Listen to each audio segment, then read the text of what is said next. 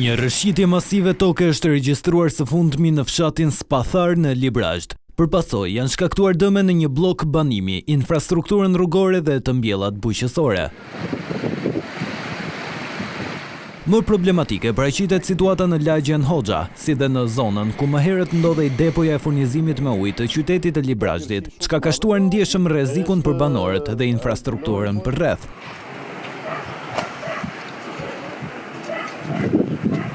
Për gjatë një ore, fenomeni është ripërsëritur disa herë duke zhvendosur masa të mëdha toke. Si pasojë, 10 shtëpi kanë pësuar dëmtime të lehta, ndërsa 7 të tjera janë dëmtuar rënd.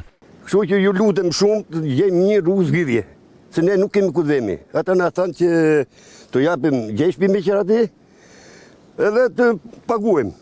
Ku ta gjej shtëpinë unë tash? Kërkuam për shtëpi, nuk gjen shtëpi. Unë tash s'kam ku vetë, ne po flen për jashtë me familjen. Nuk ka pas vaki kur kjo rrëshqitje, kjo katastrofë. Lajmëruam në emergjencë civile Librazhd, edhe shkuam, edhe erdhën në emergjencë civile këtu. Në regjistruan emrat atje dhe na thanë që ordi, erdhën dhe këtu e panë reale vendin të ngjarjen këtu, bashkë me inspektorin e zonës, dhe na thanë na prunë si shta paradhanë si gjini një shtëpi me qira se bonasi do japim ne bonasin.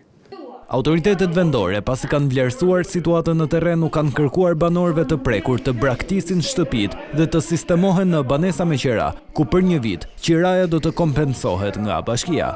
I fa shpresë për ikë, unë kam vjetë shtete nga bashkia, nga vitoj bashkisë, për e se lëgohet si në mram që i ka ardhë më bëqe shumë i vërin, që jebi kuraje, po kuraje dhe i laj një grantim që tha qatë dëshëroni, me shpi si thot këtë qatër, po qatër nuk është zgjidhje, po si ta dëshëtojmë me banorët, më them që do jetë rrugë zgjidhje me bashkinë. Fshati Spathar është përballur edhe më parë me fenomene të ngjashme, duke u konsideruar një zonë me probleme të theksuara gjeologjike.